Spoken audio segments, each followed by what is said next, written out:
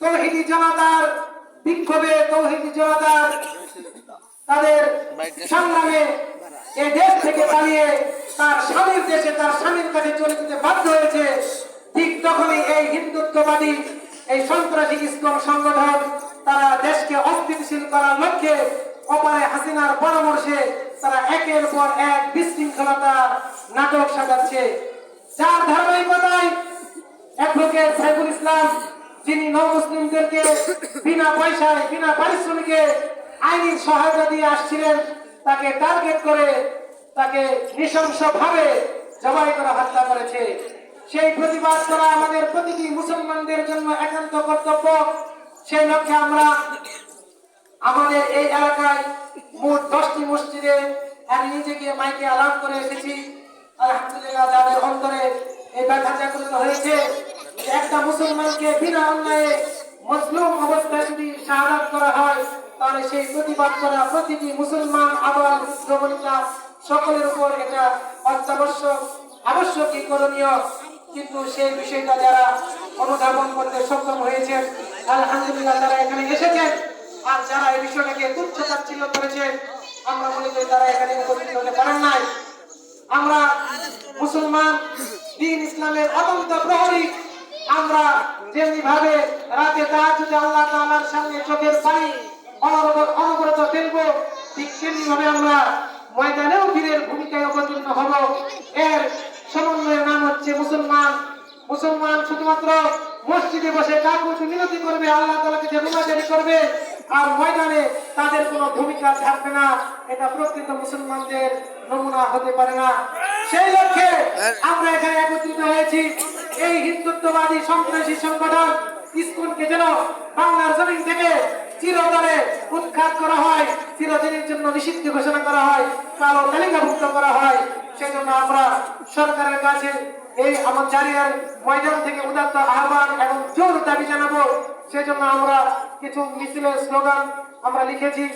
আমরা এই স্লোগান আমরা সকলের সমস্যারে দেওয়ার চেষ্টা করব, এবং যারা আশেপাশে আমরা রয়েছি ইমানি চেতনা হিসেবে, ইমানি দাবি হিসেবে আমরা সকলে এই স্টেশন চত্বরে চলে আসব এবং স্বতঃস্ফূর্তভাবে, সক্রিয়ভাবে এই ইসকনের বিরুদ্ধে, সন্ত্রাসবাসীর বিরুদ্ধে, কালো তালিকাভুক্ত এই সকল দুষ্কৃতিকারীদের বিরুদ্ধে, সম্প্রীতি বিনষ্টকারীদের বিরুদ্ধে আমরা সমস্যার আওয়াজ তুলব।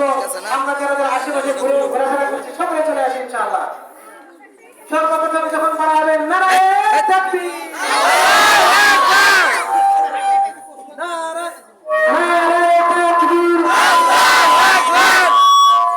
ইসলামের আলো ঘরে ঘরে জালো, কোরআন হাদিসের আলো ঘরে ঘরে জালো, ঘরে ঘরে জালো, ঘরে ঘরে জালো। আমার ভাই মরল কেন? চাই জবাব চাই, জবাব চাই দিতে হবে। আমার ভাই মরল কেন? সাইফুল ইসলাম শহীদ কেন? চাই জবাব চাই দিতে হবে। সাইফুল ইসলাম শহীদ কেন? জবাব চাই, বিচার চাই। এরপরে কথা হবে শেখ হাসিনা খুনি ফ্যাসিবাদের জননী। শেখ হাসিনা খুনি, খুনি ফ্যাসিবাদের জননী। আমার ভাই কবরে খুনি কেন? বাহিরে। আমার ভাই কবরে খুনি কেন? বাহিরে। বললে কেন আমার ভাই খুনিদের বিচার চাই? বললে কেন আমার ভাই খুনিদের বিচার চাই? খুনিদের বিচার চাই। আমার ভাই মরল কেন? আমার ভাই মরল কেন? আমার ভাই খুনিদের বিচার চাই। ইসকনকে নিষিদ্ধ করতে হবে, করে নাও। ইসকনকে নিষিদ্ধ করতে হবে। আবু সাইদ যুদ্ধ শেষ হয়নি, যুদ্ধ। এরপরে শাহজালালের বাংলায় ইসকনদের ঠাঁই নাই।